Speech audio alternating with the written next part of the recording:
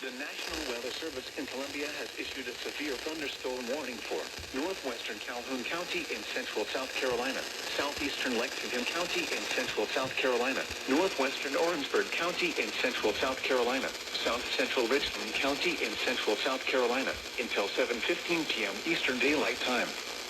At 6:38 p.m. Eastern Daylight Time, a severe thunderstorm was located over Sandy Run, or 10 miles south of TC, moving south at 15 miles per hour. The following hazards are expected: 60 miles per hour wind gusts. Source: radar indicated. The following impacts are expected. Expect damage to trees and power lines.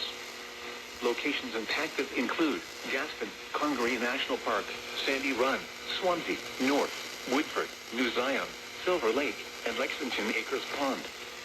This includes Interstate 26 between mile markers 119 and 144.